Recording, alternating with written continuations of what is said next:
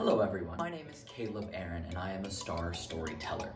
I come to you like this mostly because this is making me comfortable and I'm advertising all my other services. I want to be an actor, I want to promote my lifestyle choices, and I think that me just being me is a lovely way of doing that. Maybe that's arrogant, fuck y'all. So, the sun is in Sagittarius. That's where I want to begin. The sun in Sag energy, really optimistic, intelligent, force for change, force for exploration, towards what feels good, towards what's fun, towards what feels true.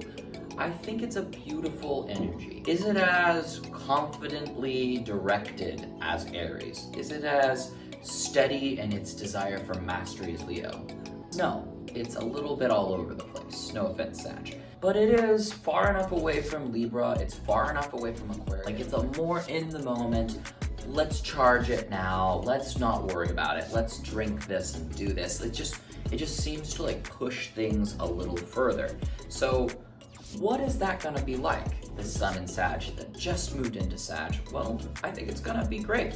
Why? Because Jupiter's in Pisces and Jupiter is in charge of Sagittarius, according to the ancient system. So this Jupiter in Pisces energy is going to be able to disseminate globally, emotionally, these ideals. It wants to really just be in harmony and connection with everything. It doesn't want to tolerate sort of any kind of discomfort. The fish energy is so sensitive. If one fish starts to move, it just sort of goes with it. So there's this desire for this Jupiter in Pisces to really like openly give and share its truth. Desire for good. Everyone must face this truth kind of a vibe. So that Jupiter is in charge of this constellation of Sag. So because of that, we can expect good things. Now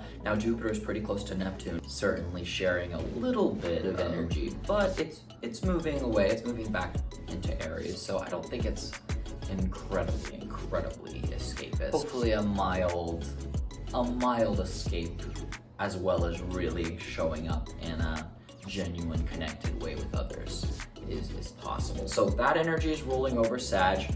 The sun is in Sag.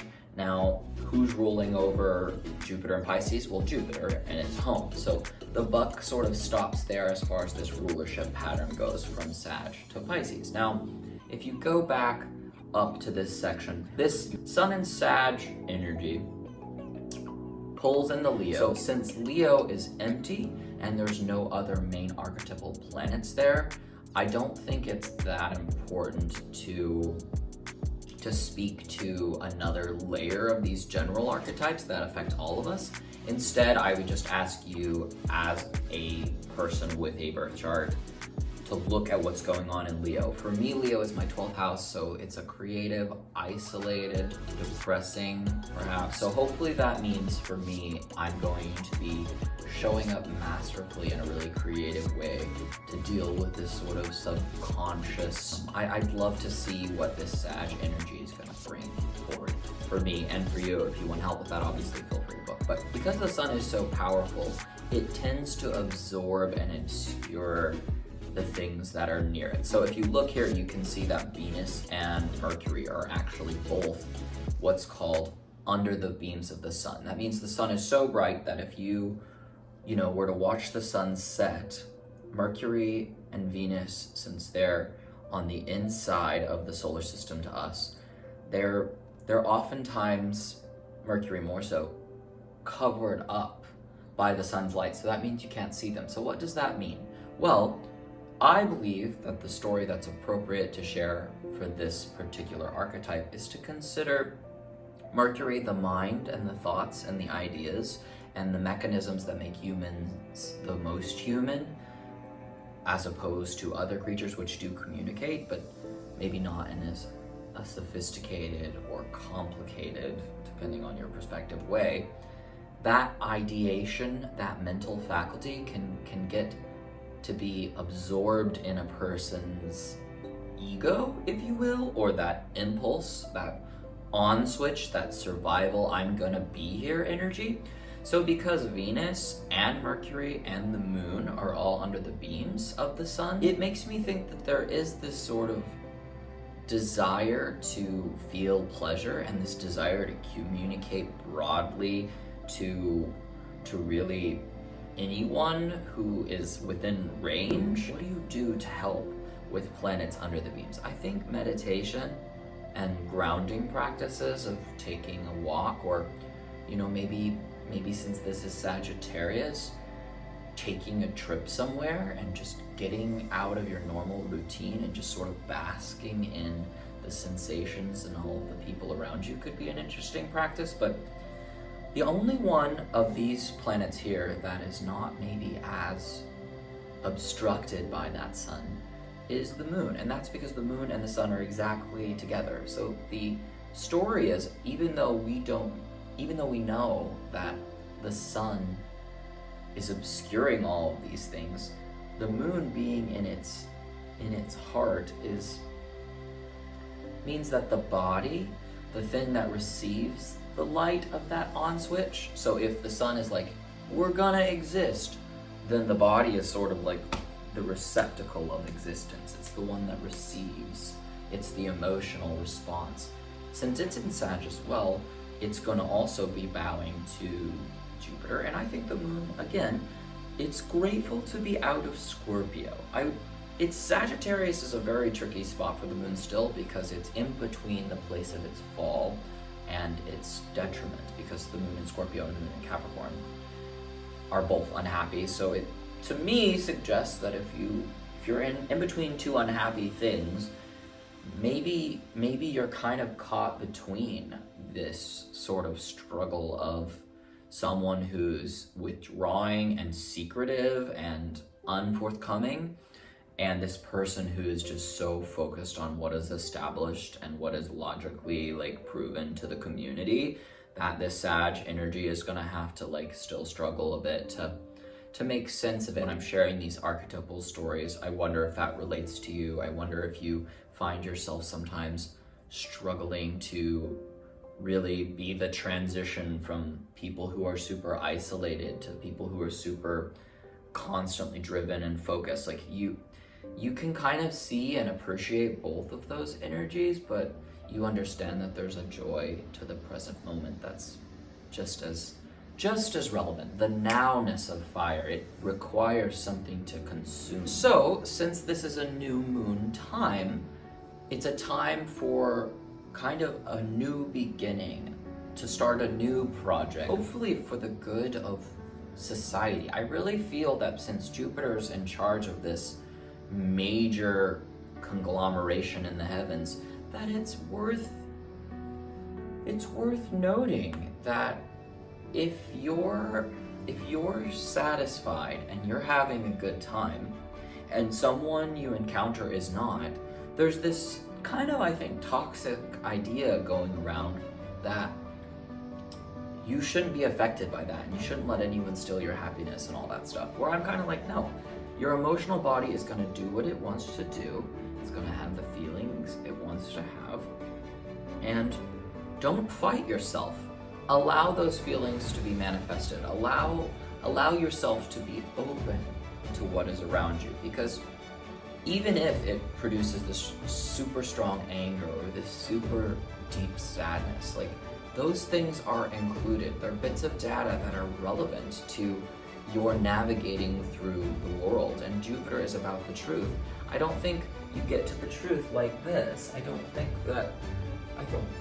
as painful as it is and as sometimes problematic as I think existence is, I don't seem to have a choice. When I think about the story of Jesus, and I think about how he talks about himself being God's son in the same way that, we don't want to include ourselves in that, because to compare ourselves to Jesus, who was perfect and never did anything wrong, is really destructive. Because if I start saying that I'm perfect, then I think I'm kind of deluded, because there's so much that I don't know. I don't know why or how the universe does it, how this experience is happening, how there's a life force that's animating an entire array of so many different experiences, the grandeur of God or the universe is truly astounding. And sometimes I admit that, like, I'm miserable.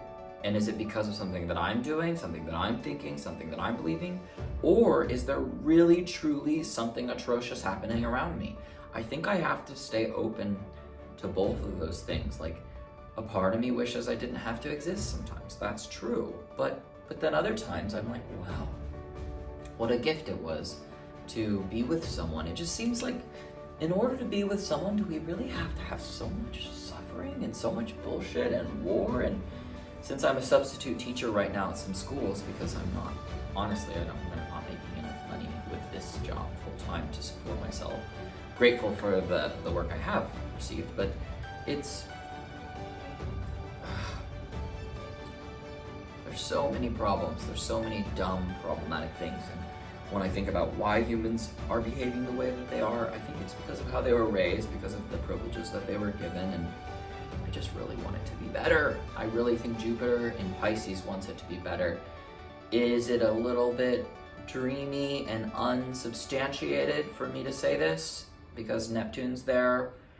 I mean, school shootings are a real thing, and I think people are getting tired of that. I think people are getting tired of just stupidity. So I'm glad that Sag is willing to say maybe what needs to be said. I don't know if the messages are exactly clear now, because the story that I'm looking at on the stars has Mercury here just a little bit obscured again by the sun. So maybe the communication isn't right now. But Venus is also really close to it. So there's a lovingness, a tenderness, but it's also obscured by the ego, by that impulse to explore and to have that optimistic experience. I would just recommend, of course, honoring that, but at the same time, thinking about it. So we've talked about the sun, the moon. The moon here actually pulls in the significations from Cancer. So because the moon is pulling in Cancer, and it looks like we've got Lilith there, there's the nurturing, gut, protective, sensitive, enclosed part of you that sort of skirts to and from the places it feels most intuitively safe to get what it is that it wants.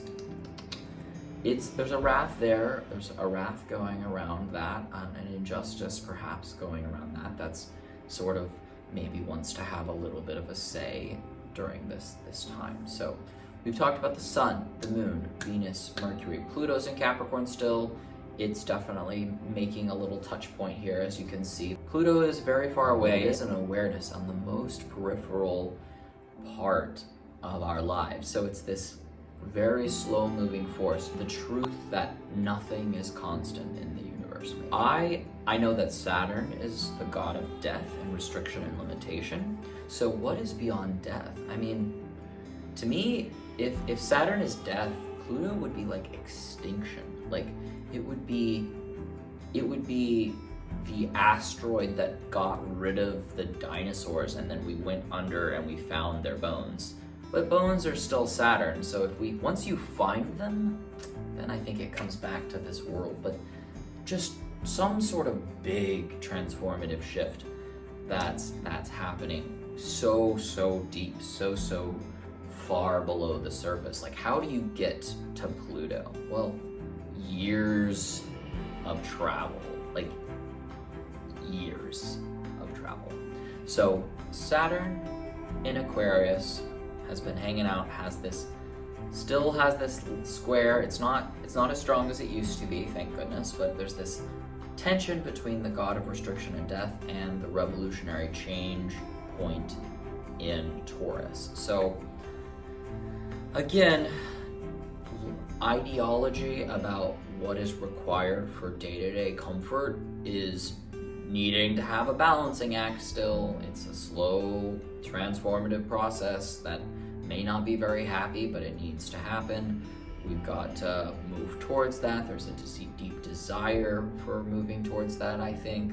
At least I hope. So since Saturn here is trining Gemini, we've got a chatty, deeply restricted, logical, wanting to control things, wanting to have everything ordered, with Saturn in Aquarius going towards this restless, doing 5 different things at once, and then once you've done it, kind of being like, I think I want to move on to something else. Like, just always connecting with others, always learning something, always digging, and switching back and forth. Like, how do those energies, since they're flowing so strongly together, manifest? So again, it depends on your specific chart, but for me, there's this sense of my career. I have so many different offerings: astrology, yoga, substitute teaching, my OnlyFans, like there's videography clients that are percolating in. Just basically whatever I can do to try to make rent and also keep myself sane. There's all that energy going towards my career and my public image and trying to put it out there. And Saturn is like, what is lasting, what sticks, what's gonna work. So I need to sort of figure it out. And the way that I'm figuring it out now is like, where can I live where I feel supported? Where can I work where I feel like I'm doing good work but also not getting drained? I just accepted a 1.5-month teaching position for 4th graders. And it's my first time doing something for like a long period. Whereas before I could accept rest a day. But I think I'm gonna give this a shot and see what I'm capable of. I'm gonna see what I can do, because yeah, I need money. I need to do something that I believe in. This is a decent pay rate. It's twice minimum wage in California, so I'll be able to make my rent for a couple months. So it's tricky. I'm really trying to do things that I enjoy, but we'll see. Sun, Moon, Mercury, Venus, Mars, we got Jupiter and Neptune, Saturn, Pluto, Uranus, the North Node, Lilith is over here. The aspects are not too crazy. There's this lovely triangle here that is bringing Pluto to a point. That's kind of nice. And exactly opposite it is Lilith. There's this sense of wrath and change. Thank you for your time. I hope you have a lovely rest of your day. And remember, love, light.